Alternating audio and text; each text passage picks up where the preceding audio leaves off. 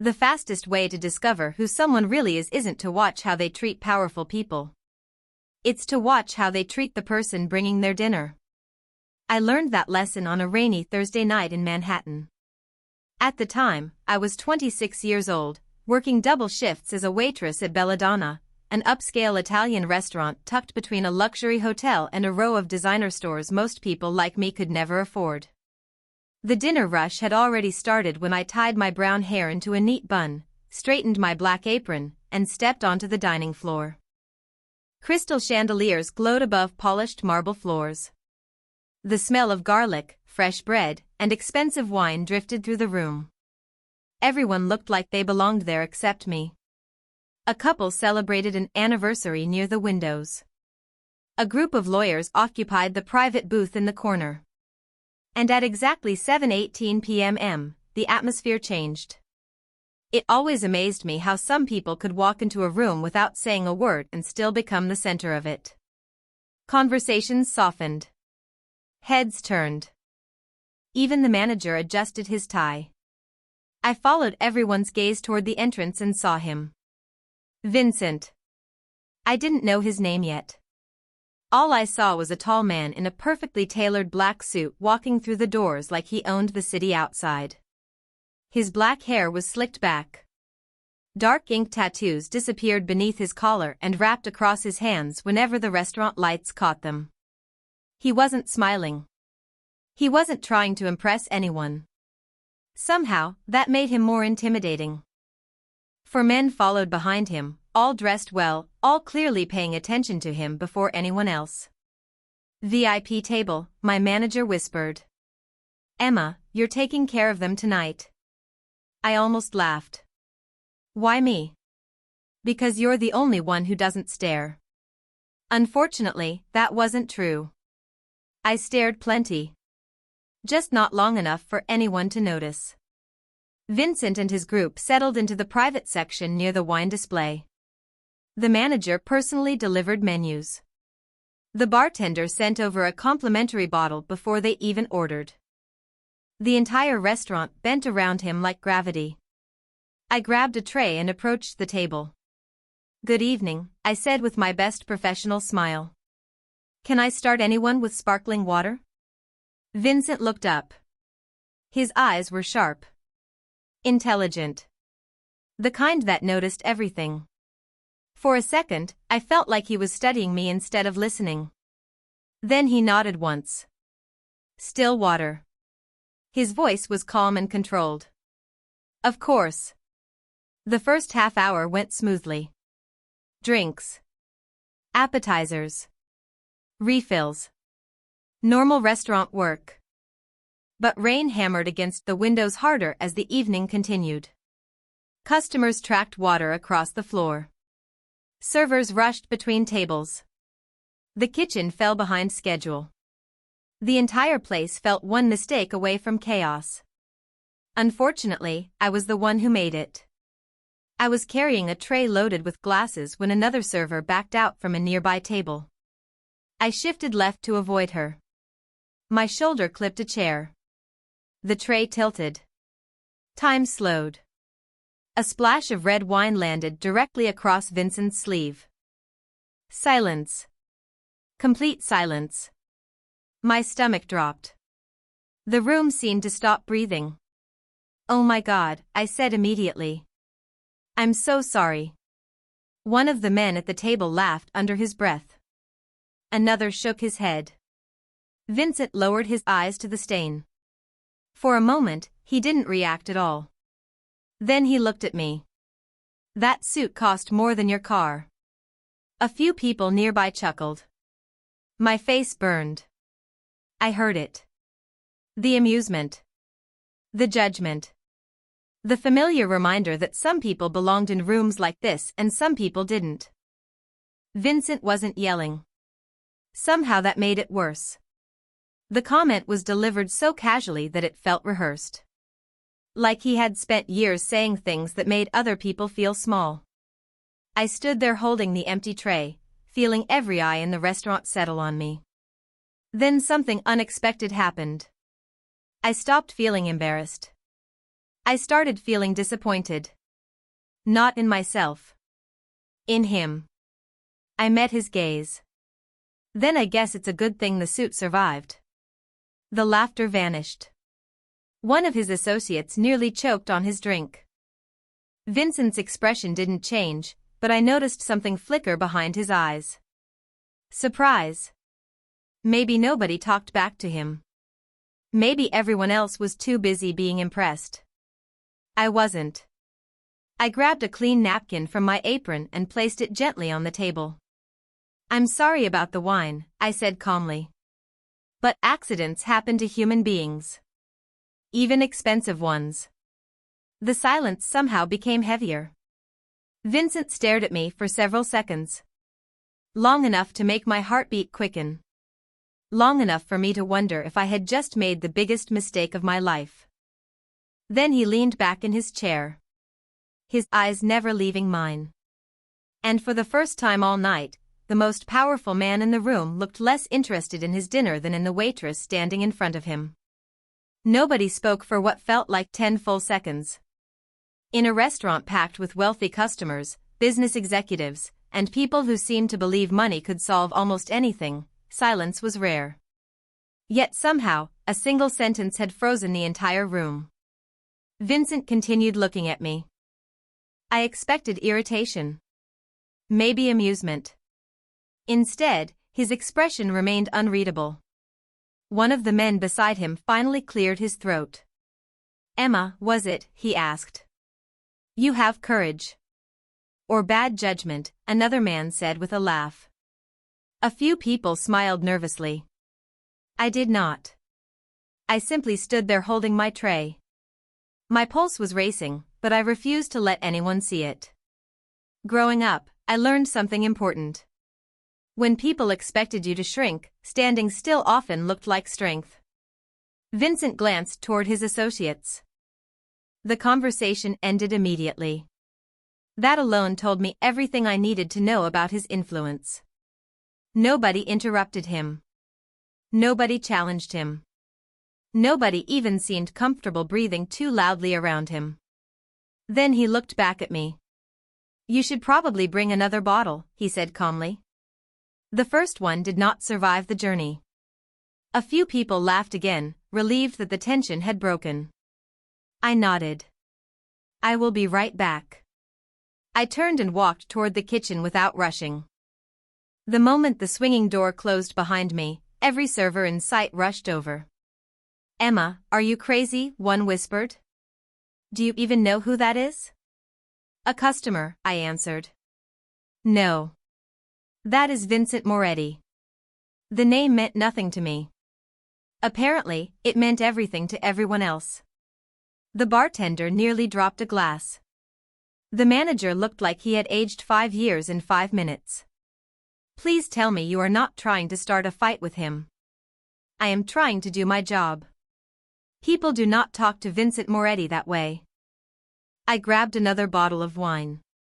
Then maybe people should. Nobody had a response to that. 20 minutes later, the dinner service continued. Orders moved through the kitchen. Glasses clinked. The storm outside grew stronger. Yet every time I crossed the dining room, I could feel Vincent watching me. Not constantly. Not obviously. But enough. The strange part was that he never looked angry. He looked curious. That somehow made me more uncomfortable. Near 9 o'clock, his table requested dessert. I delivered the plates and started to leave when Vincent spoke. "Emma." Hearing my name from him felt oddly personal. I stopped. "Yes?" He rested one tattooed hand against the table. "Sit down for a minute." The entire section froze again. I almost laughed. "I cannot." "Why not?" "Because I work here." One corner of his mouth twitched slightly. Not quite a smile. Fair point. I expected the conversation to end there. Instead, he reached inside his jacket and pulled out a black card. He placed it on the table. "You should keep this." I looked down. No company logo. No title. Just a phone number embossed in silver. What is it? A direct line. To what? Me. Several nearby customers pretended not to listen. They failed miserably. I pushed the card back toward him. I do not need a direct line to you. For the first time all evening, genuine surprise crossed Vincent's face. His associates exchanged looks. One of them nearly laughed before catching himself. Most people would keep it, Vincent said. Most people do not know me. And you think you do? No, I replied. That is exactly why I do not need your number. The air between us changed again. Not hostile. Not friendly. Something else. Something neither of us seemed able to define. Vincent studied me for several seconds. You are different from what I expected. That makes two of us. His associates laughed at that. Even Vincent seemed amused. The tension softened for the first time all night. Then the check arrived. One of the men immediately reached for it. Vincent stopped him with a glance. He signed the receipt himself. The group stood and prepared to leave. Customers quietly watched as if royalty were departing. I busied myself clearing nearby tables. It was easier than making eye contact. 5 minutes later, I returned to the private section. The table was empty. The glasses were gone. The room felt strangely normal again. Then I noticed the check folder. Inside was a tip so large I thought there had to be a mistake. It was more money than I usually earned in 2 weeks. My stomach tightened immediately. Beneath the receipt said a folded note written in neat handwriting. Thank you for your honesty. Most people sell it too cheaply. I stared at the words. Around me, the restaurant continued buzzing with noise and movement.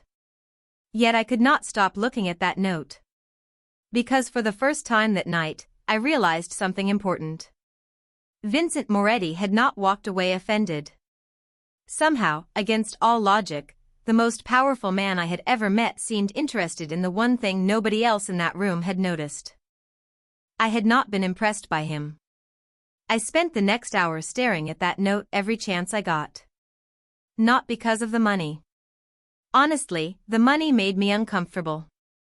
It sat inside my apron pocket like a question I did not know how to answer. The note bothered me more. Thank you for your honesty. Most people sell it too cheaply. I had served thousands of customers over the years. Some were kind. Some were rude. Most were forgettable. Vincent was none of those things. He seemed to notice things other people ignored. That should have impressed me. Instead, it irritated me. Because no matter how thoughtful the note sounded, it did not erase what happened earlier. He had embarrassed me in front of an entire restaurant. A handwritten message did not change that. By the time my shift ended, rain was still pouring outside. The streets glistened beneath yellow taxi lights and neon signs. I changed out of my apron, counted my tips, and looked at the oversized amount Vincent had left one final time. Then I made a decision. The next afternoon, I arrived at Belladonna 2 hours before my shift. My manager was already there. You are early, he said. I need a favor. His expression immediately became suspicious. That sentence never ends well. I pulled the folded receipt and cash from my bag. Do you have a way to contact yesterday's VIP customer? His eyes widened. Vincent? Yes. Why? Because I need to return something. The look on his face suggested I had completely lost my mind. 30 minutes later, after several phone calls and a lot of confusion, I found myself standing inside a luxury office building 15 blocks from the restaurant. Floor-to-ceiling glass overlooked Manhattan.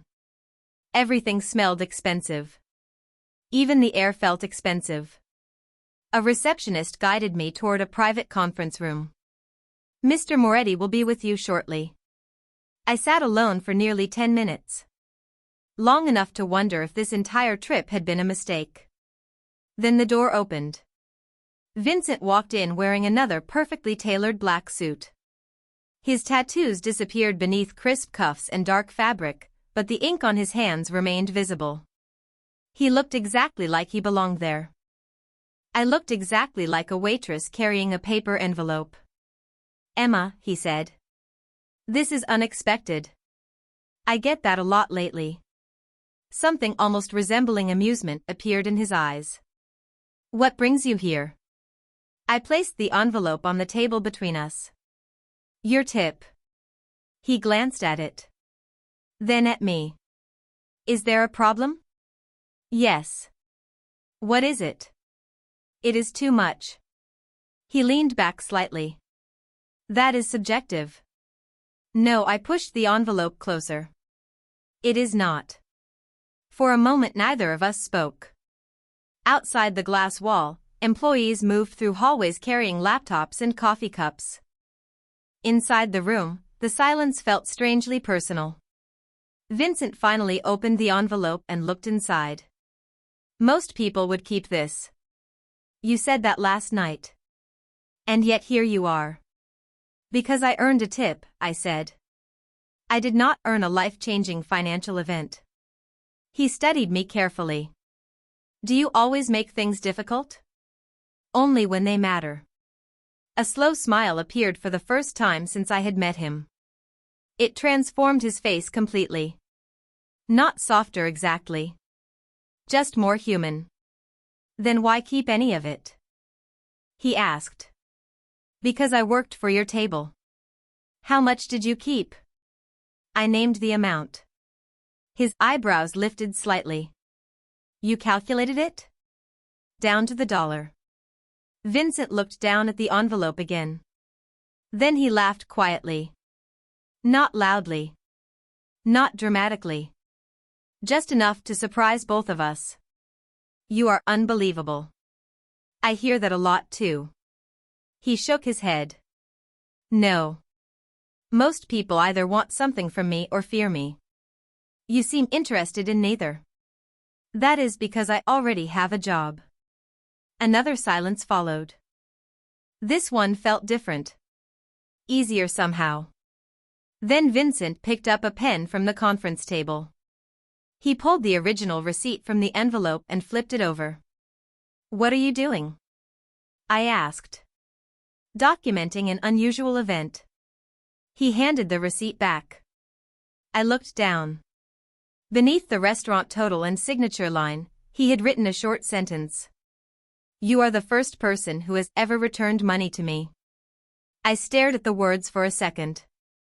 Then I borrowed the pen from his hand. "Then let me make history twice." Before I could change my mind, I wrote beneath his sentence. "You do not owe me money. You owe yourself a mirror." The room became completely silent. Vincent looked at the receipt. Then at me. Whatever reaction I expected, it was not the one I got. He did not seem offended. He did not seem angry. If anything, he looked unsettled. As if I had pointed out something he had spent years trying not to see. And for the first time since meeting Vincent Moretti, I realized I might not be the only person in this city carrying around regrets. Some people leave a mark on your life by showing you who they are. Others do it by forcing you to see who you are. 3 days passed after my meeting with Vincent. 3 quiet, ordinary days. I worked lunch shifts. I worked dinner shifts. I walked home through crowded Manhattan sidewalks and carried groceries up 4 flights of stairs to my small apartment. On the surface, nothing had changed. Yet every now and then, I would catch myself thinking about the look on his face after reading what I wrote on that receipt. Not anger. Not embarrassment. Something deeper. Almost like recognition. I tried to forget about it. Unfortunately, life had other plans. Every Tuesday afternoon before my evening shift, I stopped by a small neighborhood grocery store on the Lower East Side. The owner, Mr. Kaplan, had known me for years. The store was old, crowded, and somehow always smelled like coffee and fresh bread.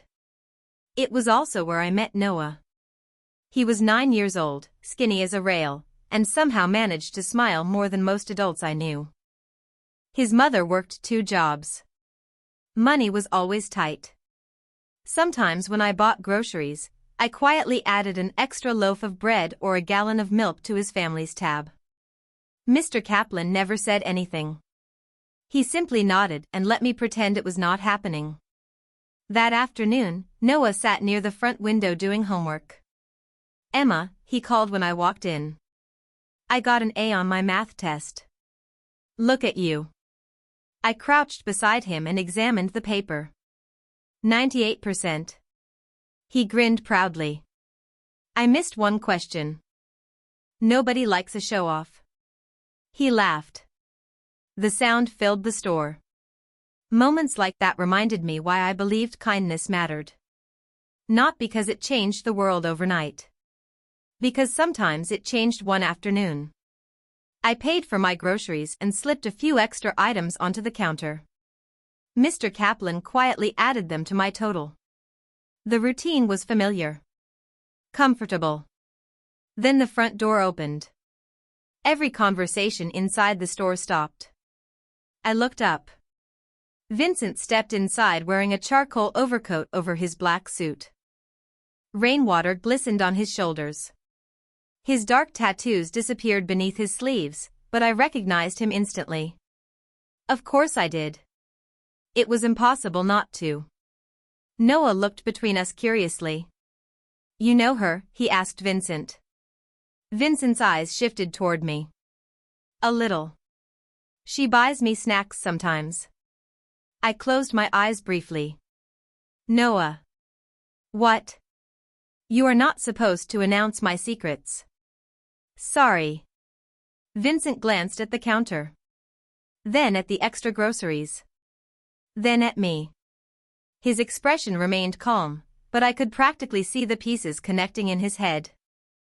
"Interesting," he said quietly. "Do not start." "I have not said anything." "Exactly. That is usually when you are most dangerous." For the first time, Noah laughed at Vincent. Somehow, Vincent did not seem bothered by it. He actually looked amused.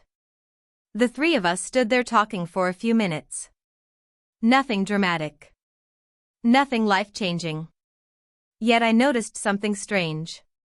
Vincent listened carefully whenever Noah spoke. Really listened.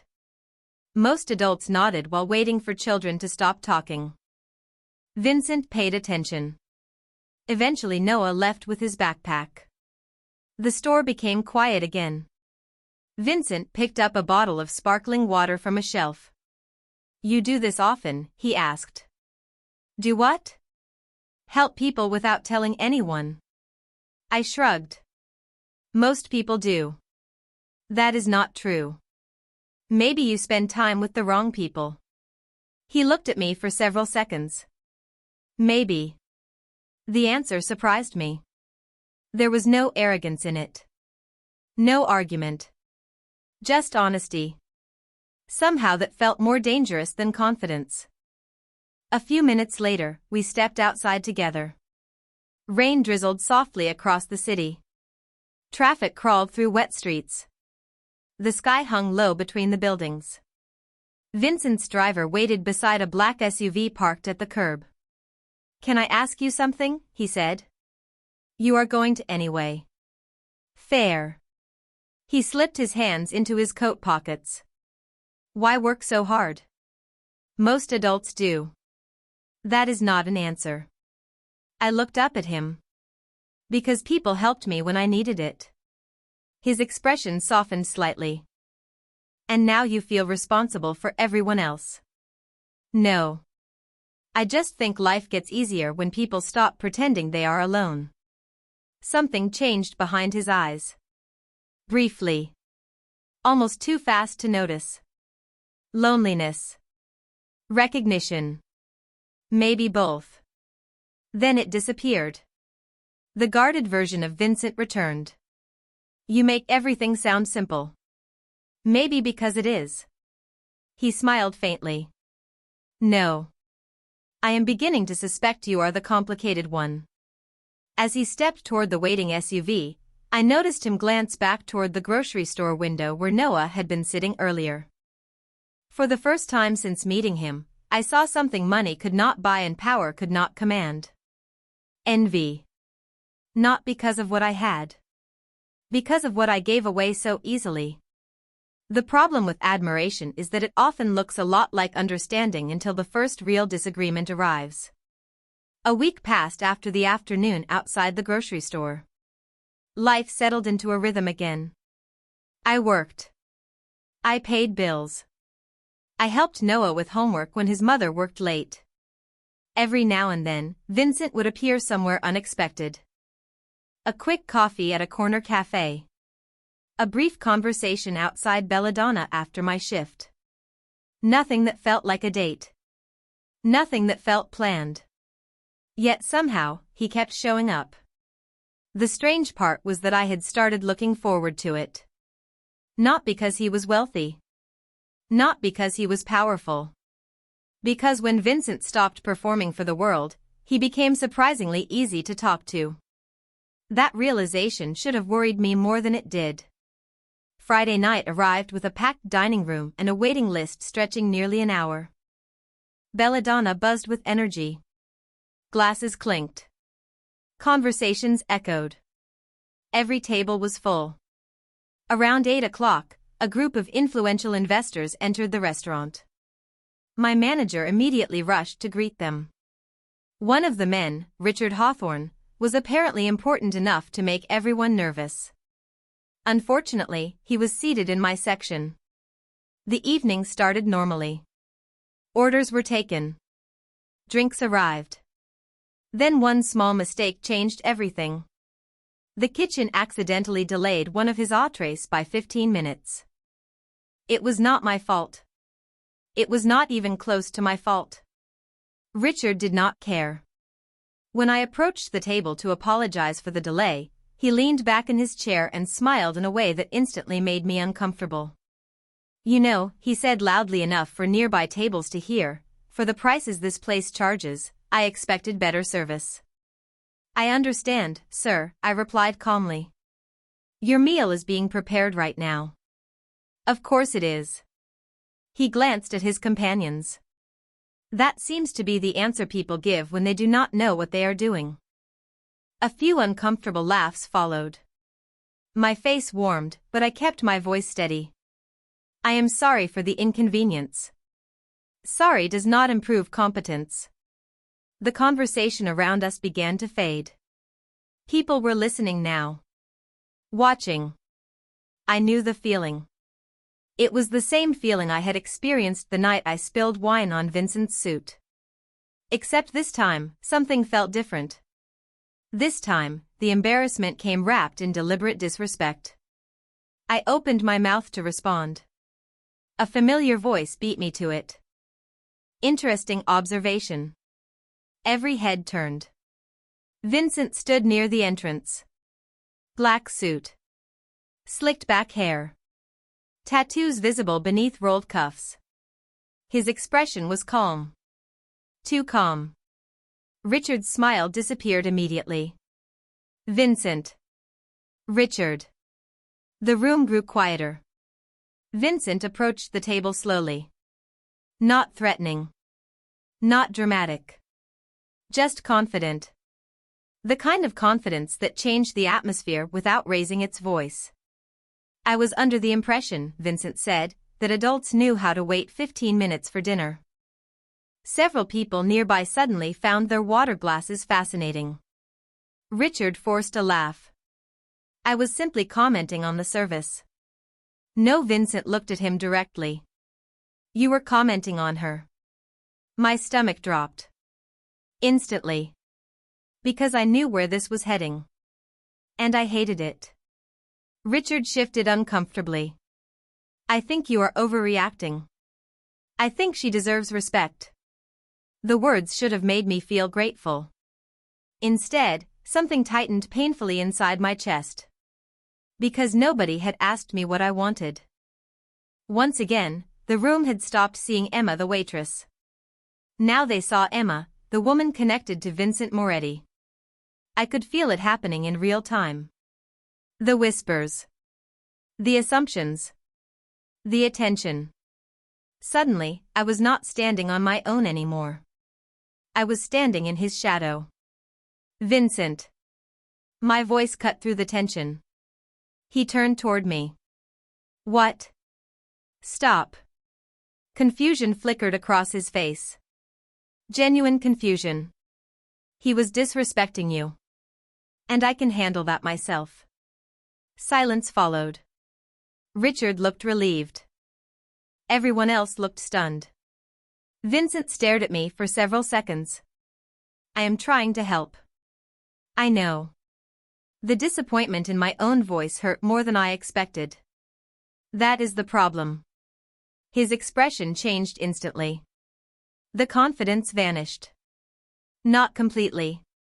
Just enough for me to see the man underneath it. Emma, you walked in here and decided this was your fight. I shook my head slowly. It was mine. For the first time since we met, a wall rose between us. Not anger. Not hatred. Something worse. Misunderstanding. Vincent stepped back slightly. The distance was only a few feet. It felt like miles. Then without another word, he turned and walked toward the exit. The restaurant remained silent until the front doors closed behind him. Only then did conversation slowly return. I stood there holding my order pad, staring at the rain outside the windows. Because for the first time since Vincent entered my life, I was not wondering whether he understood me. I was wondering whether he ever could. The next 4 days felt longer than the previous 4 weeks. Vincent did not appear outside the restaurant. He did not stop by the grocery store. He did not call. Not that he could. I had never taken his number. Yet somehow, his absence felt louder than his presence ever had. I hated admitting that. Every time I walked past the front windows of Belladonna, part of me expected to see a black SUV parked outside. Every time the door opened during dinner service, my eyes lifted automatically. It became a habit I was embarrassed to recognize. On Monday afternoon, Noah noticed before I did. You look annoyed, he said while working on a science project at the grocery store. I am not annoyed. You are staring at the door. I work in customer service. I always stare at doors. He narrowed his eyes suspiciously. That sounded fake. I laughed despite myself. Finish your homework. But Noah was right. Something bothered me. The problem was that I could not decide whether I was upset with Vincent or disappointed by what happened between us. Maybe both. Later that evening, my shift ended just after 10. The city was wrapped in cold spring rain. Water reflected neon signs across the sidewalk. I pulled my coat tighter and started the walk home. Halfway down the block, I saw him. Vincent stood beneath the awning of a closed bookstore. Black suit. Dark overcoat. Hands in his pockets. For a second neither of us moved. Traffic rolled past between us. Rain tapped softly against the pavement.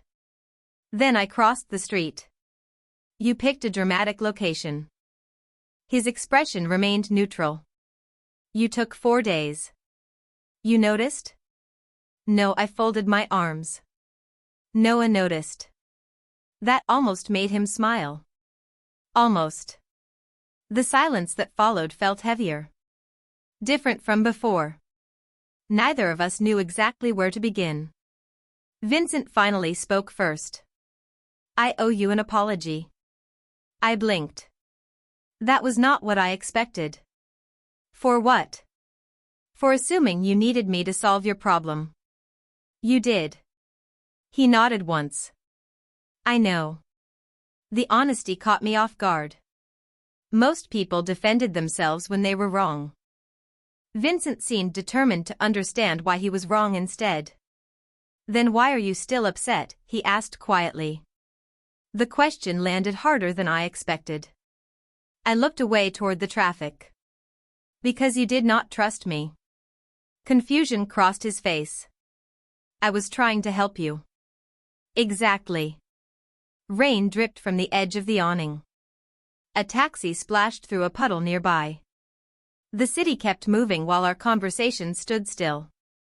Vincent, I said, when that man embarrassed me, I was handling it. He was disrespectful. And I could deal with that. You should not have to. That is not your choice. The words hung between us. Vincent looked genuinely frustrated now. Not angry. Lost. I do not understand the difference. For the first time, I believed him. He truly did not. Because every time you care about someone, I said, you try to take control of the situation. He stared at me. What is wrong with protecting people? Nothing. My voice softened. Until protection becomes ownership. His jaw tightened immediately. I saw the reaction before he spoke. I would never try to own you. I know. Then what are you saying? I am saying that helping somebody is not the same thing as deciding for them. Silence followed. Vincent looked away toward the street. For once, he had no immediate answer. No clever response. No confidence. Just thought. Real thought. That is how I solve problems, he admitted finally. I remove them. People are not problems. The words hit him harder than I intended. I could see it. His eyes dropped briefly toward the sidewalk. The powerful man everyone feared suddenly looked exhausted. You make me feel like I have been doing everything wrong. No, I shook my head slowly. I make you question things. That is different. Another silence settled between us. This one hurt. Because deep down, I knew neither of us was winning this conversation. We were simply discovering how different our worlds really were. Vincent looked at me for a long moment. I do not know how to be the person you think I should be.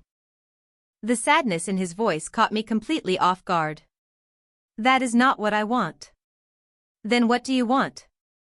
I opened my mouth. Then stopped. Because the answer was suddenly obvious. I want you to stop trying to save me. Rain continued falling around us. Vincent held my gaze. And for the first time since we met, neither of us stepped closer. The distance between us remained exactly where it was. The hardest part about distance is that it does not always begin with leaving. Sometimes it begins when two people stand 3 feet apart and suddenly realize they are speaking different languages. After that night beneath the bookstore awning, Vincent and I stopped reaching for each other. Not completely.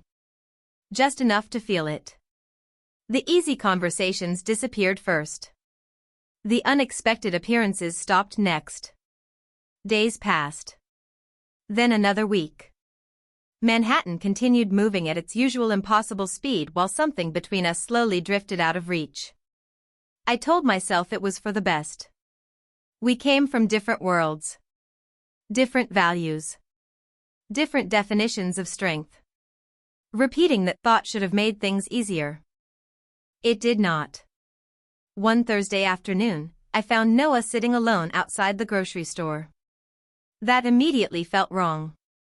He was usually talking, laughing, or asking 100 questions at once. That day he stared at the sidewalk. What happened? I asked. He shrugged. Nothing. That is a lie. My mom lost one of her jobs. The words landed heavily. I sat beside him. Is she okay? She says she is. He picked at a loose thread on his sleeve. But she cried this morning. For several seconds neither of us spoke. Then I wrapped an arm around his shoulders. Your mother is stronger than you think. What if strength gets tired? I did not have a good answer for that. The question stayed with me through my entire shift. Maybe because it felt familiar. Maybe because I had spent the last 2 weeks watching someone powerful struggle with something strength could not fix. Around 9 that evening, Belladonna hosted a private charity dinner. Wealthy donors filled the restaurant. Expensive watches flashed beneath chandelier light. Conversations revolved around investments, foundations, and public generosity. Halfway through the event, I looked up and saw Vincent. Of course he was there. Men like Vincent attended events like this the same way storms visited the ocean. Naturally. Inevitably. He stood near the back of the room speaking with several business leaders. Black suit. Slicked back hair. Tattoos visible against his collar. For a moment our eyes met. Neither of us smiled. Neither of us looked away immediately either. Then someone interrupted him, and the connection broke. The rest of the evening felt strangely difficult. Every time I entered the dining room, I was aware of him. Not because he demanded attention. Because I kept noticing his absence from my life. Near the end of the event, guests gathered near the stage for closing remarks. One speaker after another discussed community programs and charitable giving. The applause was polite. Predictable. Then an elderly woman from a local shelter stepped forward unexpectedly. Before tonight ends, she said, I would like to thank an anonymous donor who recently covered 6 months of operating costs for our family assistance program. The room applauded immediately. The woman smiled. He requested privacy, but I think some kindness deserves recognition. She turned toward the audience. Directly toward Vincent. Applause grew louder. Vincent looked visibly uncomfortable. That alone surprised me. But what happened next surprised me more. He did not stand. He did not wave. He did not accept recognition. He simply shook his head once. Almost embarrassed by it. Later, after the event ended, I found myself standing alone near the service entrance. Cool night air drifted through the alley behind the restaurant. A black SUV waited near the curb. Vincent stood beside it. You donated to the shelter. It was not a question. Apparently my request for anonymity failed. Why did you not tell me? He looked down briefly. Because then it becomes a performance. The answer hit harder than I expected. It sounded exactly like something I would have said. For the first time in weeks, neither of us seemed prepared for the conversation that followed. Emma, he said quietly, I have been thinking about what you told me. I waited. About helping people versus deciding for them. The city hummed around us. Distant traffic. Sirens far away. The endless rhythm of New York. And? I asked. Vincent looked at me with an honesty I had never seen before. And I think you were right. My chest tightened unexpectedly. Not because I won. Because he had listened. Really listened. Yet instead of bringing us closer, the moment somehow made me sadder. Because now I understood the truth neither of us wanted to admit. Vincent was changing. I could see it. But change takes time. And for the first time since we met, I was no longer sure I would still be there when he finished. A week later, Vincent asked me a question I never expected to hear. Will you come somewhere with me? We were standing outside the grocery store after Noah had spent 20 minutes explaining why his science teacher secretly hated volcano projects. The afternoon sun reflected off nearby windows. Traffic rolled steadily through the city. Everything felt ordinary. Vincent did not. There was something different in his voice. Less certainty. More risk. Where? I asked. My place. I raised an eyebrow immediately. That sounds suspicious. It is Manhattan. Everything sounds suspicious. Against my better judgment, I laughed. Then I looked at him more carefully. He seemed serious. Not guarded. Not strategic. Just serious. Why? For several seconds, he searched for an answer. Because there is something I want you to see. An hour later, his SUV stopped in front of a residential tower overlooking the Hudson River. The building was the kind people photographed without ever expecting to enter. Marble. Glass. Security personnel who looked impossibly polished. I followed Vincent through the lobby and into a private elevator. Neither of us spoke much during the ride. The higher we climbed, the quieter everything became. When the doors finally opened, I stepped into a penthouse larger than my entire apartment building floor. Floor-to-ceiling windows framed the Manhattan skyline. The river shimmered beneath the afternoon light. Modern artwork covered the walls. Every surface looked flawless. Every detail looked expensive. Yet the first thing I noticed was not the luxury. It was the silence. The place felt beautiful in the same way a museum felt beautiful. Impressive. Untouched. Empty. Vincent watched me as I slowly walked through the living room. Well, he asked. I looked around. How often are you actually here? The question surprised him. Quite a bit. That was not my question. A faint smile appeared. Not as often as I should be. I nodded. That answer felt closer to the truth. We moved through the apartment together. A dining room large enough for 20 people. A kitchen that looked unused. A study lined with books. Everything was perfect. Nothing felt lived in. Finally, I stopped beside the enormous windows overlooking the city. You know what this place reminds me of? Vincent folded his arms. I am almost afraid to ask. A hotel. He laughed softly. Then the laugh faded. Because he knew exactly what I meant. Nobody lives here, I continued. Somebody stays here. The honesty hung in the air between us. For once, Vincent did not defend himself. He simply walked toward a shelf near the study and picked up an old framed photograph. When he handed it to me, I saw a younger version of him standing beside an older couple. His parents. The resemblance was obvious. That was taken almost 15 years ago, he said quietly. Before everything changed. I studied the picture. The smiles looked genuine. Uncomplicated. You miss them. Every day. His voice was calm. Too calm. The kind of calm people develop after carrying grief for a long time. We sat in the living room after that. The skyline slowly shifted from gold to orange as the sun lowered.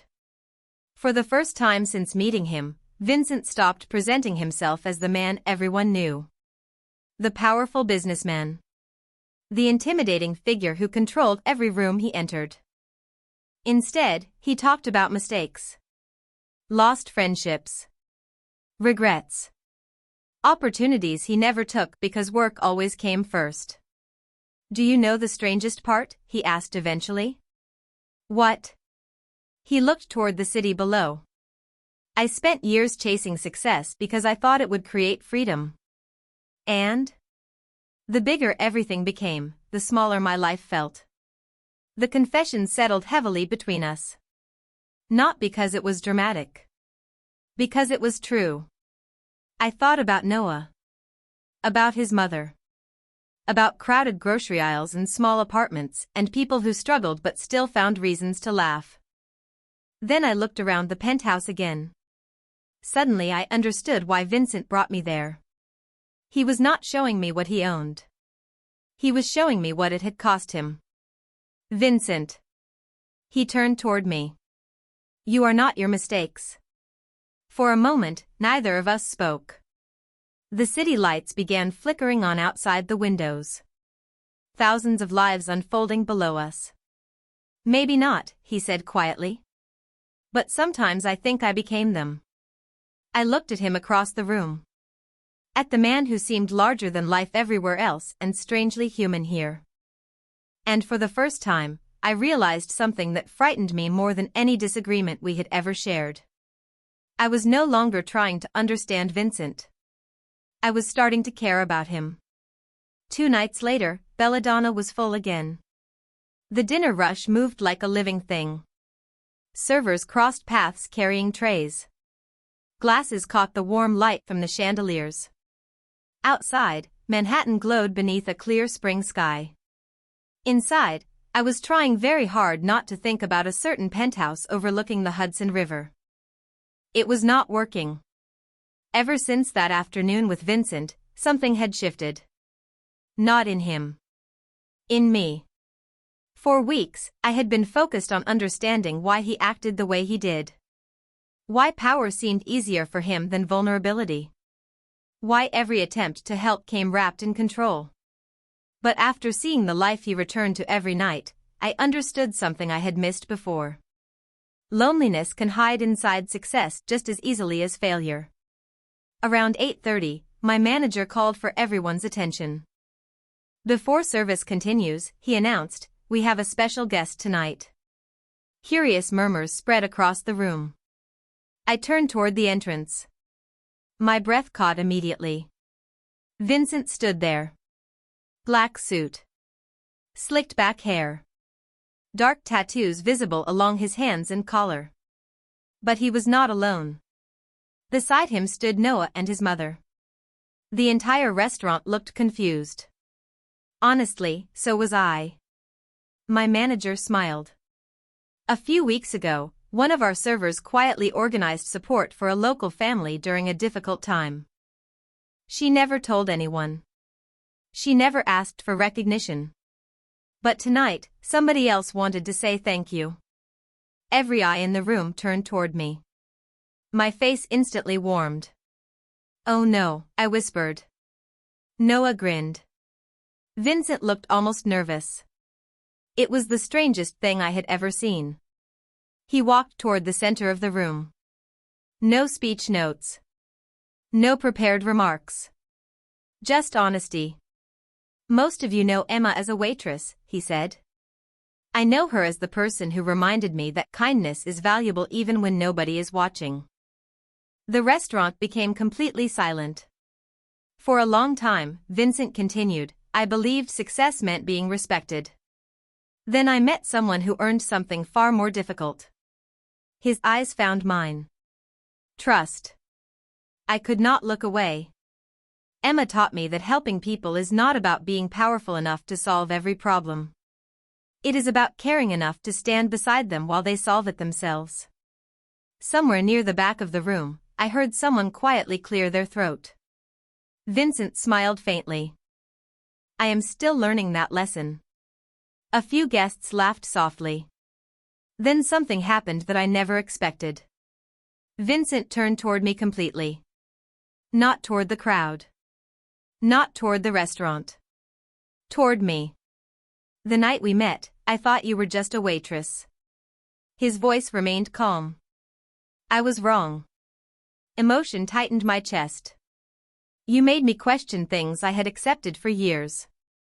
You challenged me when everyone else stayed silent. And you forced me to look at parts of myself I preferred to ignore." The room felt impossibly still. "Most importantly," he said, "you showed me that respect cannot be purchased. It has to be earned." For several seconds neither of us spoke. Then I laughed quietly through the emotion threatening to overwhelm me. "You finally found the mirror." The entire restaurant laughed with me. Vincent did too. A real laugh this time. Unrestricted. Human. The kind I never thought I would hear when we first met. Later that night, after the guests left and the lights dimmed, we stood outside the restaurant together. Traffic flowed steadily through the city. Spring air carried the distant sound of music from somewhere down the block.